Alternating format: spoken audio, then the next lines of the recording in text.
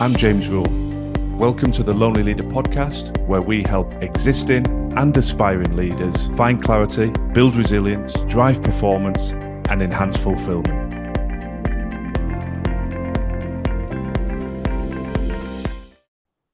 Welcome to the Lonely Leader podcast. Today, we're talking about the power of rest and unlocking high potential through recovery. Now, if you look through the back catalogue of the podcast, you will find an episode specifically on recovery, and it's one of the most downloaded episodes that we've ever done. This episode is timeless. It doesn't matter when you're listening to it, but the first time we publish it is towards the end of a calendar year. So it's a great time for you to be reflecting on how you rest, how you recover, and how you can utilize that to set yourself up for high performance in the future. Now, you've all heard that much used phrase, I'll sleep when I'm dead. Rest is so much more than just sleep, but we have to recover. It's stating the blindingly obvious, but I always use the metaphor of professional sport. Any sport really, but let's focus on elite level sport for a moment. If you go and sit and talk to an elite athlete, male, female, in any discipline, they will talk to you about working with high levels of intensity in the gym, on the track, on the field, whether that's in training or competition. But what they will also talk about is the intense focus and discipline they have around their mental and physical recovery. In order for them to protect their level of performance, they have a focus on how to mentally and physically recover. If they neglect that, then their performance suffers as a consequence. And it's really important for me to utilize that metaphor, because how many of us expect to step over the threshold of work and lead with the maximum of impact to optimize our performance, and it's just an expectation? Well, eventually, our levels of energy, our levels of resilience will start to erode if we do not keep rest and recovery front and center. So today's episode is different to the one that I've done in the past around recovery, because I actually want to really open your mind, open your eyes to the specific 7 types of rest. And as I walk through these 7 types of rest, I really want you to hold front and center that rest is not a weakness. I'm linking it back into this sporting metaphor because I do encounter clients who feel that it's an admission of failure or weakness if they're building rest time. Quite the contrary. Use that sports metaphor as your validation and the permission to say, if you rest and recover appropriately, it is not something that compromises performance. It is something that will enhance it. And for those of you that have played any sort of sport, you will be reflecting on that now and thinking, that's true. I can't train in the gym 10 hours a day or compete on the field every night of the week and expect to sustain my performance. Okay, so let's dive into the 7 types of rest. Number 1, physical rest. We have sleep, we have passive activity like stretching, anything that is going to restore the body. Okay, so let's jump into the 7 types of rest. Number 1, physical rest. This is anything that restores the body. It can include sleep, it can include activities such as stretching. It's all about physically rejuvenating our bodies. The second type of rest is mental rest. That's all about clearing the mind and restoring our ability to focus. The third type of rest is emotional rest, which allows us to set boundaries and prevent emotional burnout. The fourth type is social rest, which allows us to step back from draining relationships and seek out connections that energize us. The fifth type is sensory rest, reducing overstimulation from screens and devices. This in particular is one of the biggest challenges I found in 2024, that lack of sensory rest and the debilitating impact on people's health, mindset, and well-being. The sixth type of rest is creative rest, how we recharge our imagination through engaging in nature, stepping into nature, and finding sources of inspiration. And the seventh type of rest is spiritual rest, providing that sense of purpose and connection to something greater than ourselves. Each one of these types of rest plays a critical role in supporting your level of performance. And you hear me talk a lot about step one is achieving high performance, but right behind it, step two is being able to sustain high performance over the long term without compromising your physical or mental health. And these are integral parts of that jigsaw to enable you to achieve that goal. So before I jump into the actionable takeaways, which is a key part of these podcast episodes, I just want to pull out a couple of examples of globally famous leaders that really embrace rest. Now, I said at the top of the episode that elite sportsmen and women really focus in on this. Well, somebody that talks about it a lot that I've heard reference how they rest and recover is LeBron James. There's somebody who's been at the top of their game playing in the NBA for many, many years, is now advanced in years, significantly older than a lot of his competitors. And he has openly talked about the level of investment and time he puts into sleep technology and all sorts of tools that help him enhance these 7 types of rest. Another passionate advocate for rest and recovery, Arianna Huffington. She founded the Huffington Post. I've read her book. She talks about collapsing in her office, waking up in a pool of blood and realizing that she'd pushed herself to near exhaustion. It's a story that many leaders can relate to, and she's actually stepped away from the Huffington Post now, and her business is Thrive Global. And that's very much focused on a whole raft of ideas and insights to support recovery. And if we go back further in history, a leader that I admire, that I talk about a lot in the podcast and in my coaching and training, is Winston Churchill. Now, a lot of people talk about, but Winston Churchill didn't sleep very much. Well, actually, that's a fallacy. Yes, he perhaps didn't sleep in big blocks at night in a traditional sense, but he was a big advocate of his afternoon naps. So he made sure that he found a system that worked for him, and his physical rest was facilitated through those afternoon naps that he credited an enhanced level of productivity. So once you open your eyes and ears, you will find that a number of the high performers that you respect in whatever field, discipline, politics, business, the arts, sport, music, there will be a reference in there about how they rest and recover. So let me run through some of the actionable takeaways. I almost feel like I need to apologize in advance of these because some of them are very simple. I'm telling you things you already know, but I've always liked that phrase, common sense isn't always common practice. So if you roll your eyes, you listen to these and go, well, that's a radical breakthrough, James. The challenge I would put back to you is, but are you doing them? So let's start with physical rest. Fundamentally, we have to prioritize quality sleep. Now, there's a whole range of things that I spend time talking to clients about, but it starts with your evening routine. It starts with disconnecting from devices.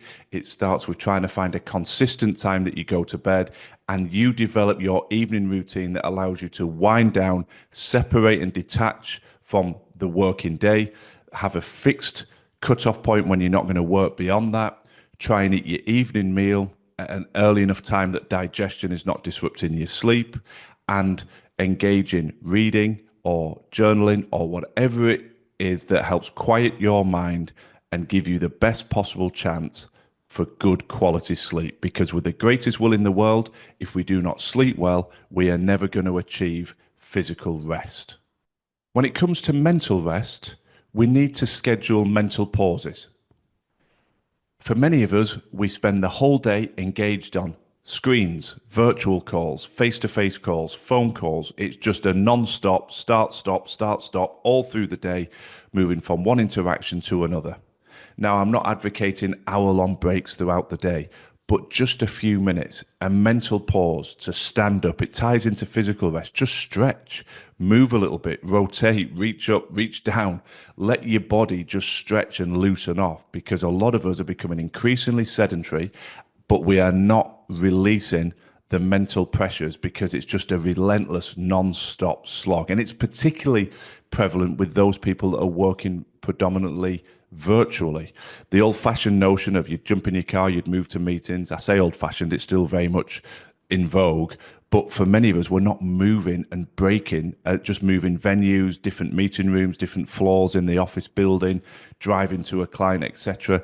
Because there is so much virtual interaction, it's very easy to run start and stops at the top of the hour, start the hour, you jump in, finish one call, click, close it, jump straight into the next one. We need to find place and time for brief mental pauses.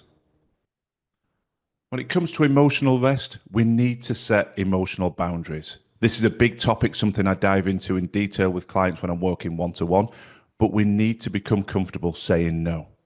We have to give ourselves permission to say no and to set some boundaries that are going to protect our emotional energy and prevent that emotional burnout. When it comes to social rest, we need to curate social interactions. And I know some people will challenge me and say, easier said than done. That is why I'm specifically focusing on social interactions here. I appreciate that within the professional arena, sometimes you have to work, you're obligated to work with challenging people. There's a medium to longer term strategy there. There is still things that can be done, particularly if behavior is toxic or overly aggressive. Of course, there's things that can be done, but I appreciate it's not 100% within your control. However, your social interactions invariably are within your control. If you are spending time with people that consistently drain you as opposed to energize you, then you need to step back and curate them. And a nice illustration that helps frame this, I always talk about the caller ID scenario. If somebody's name pops up on your phone and you see it and you go, oh, hello, how are you doing? You jump in with a sense of energy and a spark. That's obviously somebody that's boosting your energy. Conversely, if a name pops up on your screen and you're like, what do they want? That's a pretty powerful indication that they are drainers. I'm not advocating abandoning a friend in need. They could be going through a transient period of their life, a divorce, a health challenge, and they need you, and they're going to be inherently negative there. Of course they are, because they're dealing with adversity. But when you reflect over the longer term, if somebody's consistently draining you, start to curate that. You need to protect your energy and you need that social rest. You can either step back completely or just minimize the amount of interaction with that particular individual. The need for sensory rest is one of the ultimate challenges of these times. We have never been more digitally connected, but with that, obviously comes the benefits in productivity and efficiency. But the flip side, the yin to the yang, is that we are subjected to sensory overload. Our professional and social interactions mean that some people are connected to devices for hours and hours a day. In addition to the normal screen time on the computer, I'm talking about the level of interaction on their iPhones, their smartphones, their digital devices. We can all track that. There's no judgment here. You can reflect and see how much time you spend on the various apps and illustrations that we can find on our smart devices. But we must start to build in some digital detox time, some screen minimization. Now, I think for me, a great starting point is your evening routine. At what point are you going to put the phone to one side? Are you going to fall asleep with the phone in your hand, or are you going to create a degree of separation? We know it reduces the exposure, the production of our melatonin. So we know those blue screens are disrupting our sleep, so try and step away from it. Then I think if you can start small there, another baby step is to build in part of your weekend, whether it's a morning or an afternoon, on a Saturday or a Sunday, where you just keep the phone in a kitchen drawer, or you keep it in your office, but you focus on being fully present in the social activity, the sport, the hobby, the walk, or the interaction with a loved one, with your partner, with your children, whatever it may be. You just focus on devices away, phones away, let me be present, and get some sensory rest. You will thank yourself for it, because you will find an enhancement in your mindset, an enhancement in your energy, and fundamentally everything we talk about, an enhancement in your performance and fulfillment. Creative rest. Now, initially, some people will say to me, what does that mean exactly? Well, we're trying to inspire creativity. Going back to the previous point, when we've got sensory overload and we are moving at 100 miles an hour from one task to another, and we're constantly open to stimulation being pushed towards us, we don't leave a lot of time for creativity. We don't leave ourselves a lot of time for reflecting and finding solutions. Why do you think it is that we often get ideas pop into our head when we're in the shower? Because it's one of the few times that hopefully the majority of us are not taking our devices with us. And because we clear some space, ideas start to pop into our head. So with that being said, we need to create more of that space. And I was always advocate find environments that inspire your creativity. That could be walks in nature, being outside, taking your dog out, walking with a friend, jumping on a mountain bike, playing some sport. Be in areas that inspire you. Maybe that's museums, galleries. That access into those inspirational environments will open up the gates to creativity and innovation and imagination. And we all need that. We've got to find solutions to the challenges we're presented. We need headspace to find those solutions. A lot of leaders put themselves under pressure and, I'm struggling, I'm feeling a bit of a funk, I can't find the answer to this challenge.